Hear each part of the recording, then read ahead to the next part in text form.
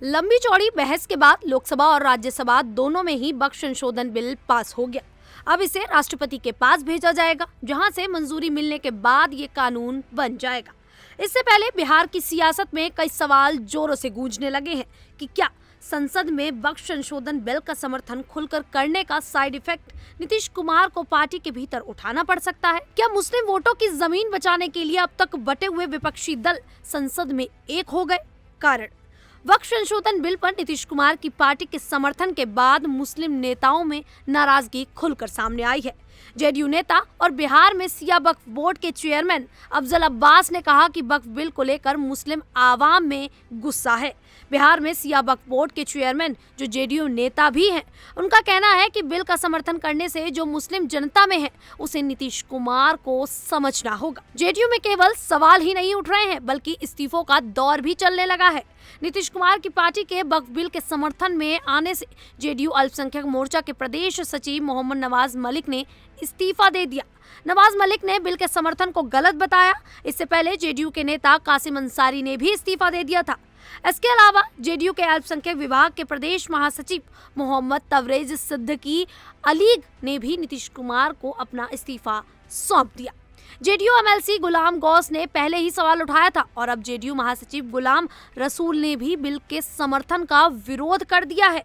नीतीश कुमार और चंद्रबाबू नायडू ने डटकर विपक्ष और मुस्लिम संगठनों के दबाव के बावजूद सरकार का साथ दिया। कांग्रेस की धर्मनिरपेक्षता की दलील तक को नीतीश कुमार की पार्टी ने खारिज कर दिया। अब पार्टी के मुस्लिम नेता ही नहीं, मुस्लिम धर्मगुरु भी जेडीयू को धोखेबाज कहकर सबक सिखाने की बात कर रहे हैं। नीतीश कुमार जो धर्मनिरपेक्षता की दलील देकर 2014 में मोदी के दिल्ली पहुंचने से पहले एनडीए से अलग हो गए थे, जो हिंदू राष्ट्र की बात पर संविधान की दलील देते रहे, उन नीतीश कुमार की पार्टी ने खुलकर वक्फ संशोधन बिल पर संसद में सरकार का साथ दिया।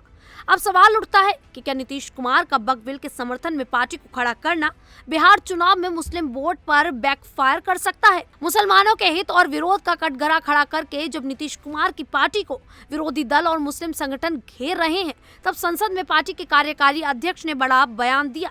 संजय झा ने कहा कि मुसलमानों के लिए जो जेडीयू ने किया वो ना तो कांग्रेस कर पाई ना आरजेडी। संजय झा ने राज्यसभा में चर्चा के दौरान कहा कि बिल पास होने से गरीब मुसलमानों का फायदा होगा और पासमानदा वोटर जेडीयू के साथ रहेंगे। बता दें कि नीतीश कुमार वो राजनेता हैं जो सियासत में बदलता मौसम सबसे पहले भांपकर खुद पलटते रहे हैं। तो क्या बिहार के मुख्यमंत्री वक्फ बिल पर उस नुकसान को नहीं समझ पाए होंगे जो विपक्ष जता रहा है, या फिर विपक्ष जिस वोट के घाटे की बात जेडीयू के लिए कर रहा है उसके नुकसान का पैमाना आंककर ही नीतीश कुमार ने समर्थन दिया है, या फिर एनडीए के साथ अब हमेशा जुड़कर सियासत की बात करने वाले नीतीश कुमार मान चुके हैं कि मुस्लिम वोट का फर्क नहीं पड़ेगा। इस सियासत को समझना है तो पहले नीतीश कुमार के मुस्लिम वोट का गणित जानना होगा, जो कहता है कि 2009 में 2015 के बीच तक मुस्लिम वोट का बड़ा हिस्सा नीतीश कुमार के गठबंधन को चुनाव में मिलता आया है। मोहम्मद कासिम अंसारी और मोहम्मद नवाज मलिक ने बिहार के मुख्यमंत्री नीतीश कुमार को अलग अलग पत्र लिखकर कहा कि उन्होंने मुसलमानों का वह विश्वास खो दिया है जो यह मानते थे कि उनकी पार्टी धर्मनिरपेक्ष है। अंसारी ने हिंदी में लिखे पत्र में कहा कि मुझे दुख है कि मैंने इस पार्टी को अपने कई साल दिए। वहीं मलिक ने भी कहा कि वक्फ बिल संविधान में दिए गए कई मौलिक अधिकारों का उल्लंघन करता है। अंसारी ने अपने त्याग पत्र में लिखा, मैं पूरे सम्मान के साथ कहना चाहता हूं कि हम जैसे लाखों भारतीय मुसलमानों को यह अटूट विश्वास था कि आप पूरी तरह से धर्मनिरपेक्ष विचारधारा के ध्वजवाहक हैं, लेकिन अब यह विश्वास टूट गया है। हम जैसे लाखों समर्पित भारतीय मुसलमानों और जेडीयू कार्यकर्ता के इस रुख से गहरे आहत हैं। भारतीय मुसलमानों के खिलाफ है और इसे किसी भी स्थिति में स्वीकार नहीं किया जा सकता। ना तो आप ना ही आपकी पार्टी इस बात को समझ रही है। मुझे अफसोस है कि मैंने इस पार्टी को अपने कई साल दिए। दूसरी ओर जेडीयू अल्पसंख्यक प्रकोष्ठ के राज्य सचिव मोहम्मद नवाज मलिक ने भी वक्फ बिल के समर्थन को लेकर नाराजगी जताते हुए पार्टी से इस्तीफा दे दिया।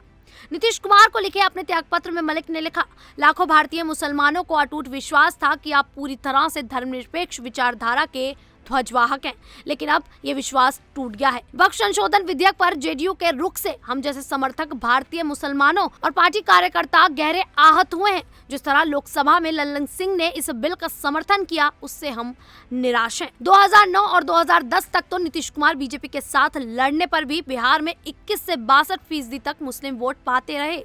जो धीरे धीरे एनडीए के साथ चुनाव लड़ने से घटता रहा।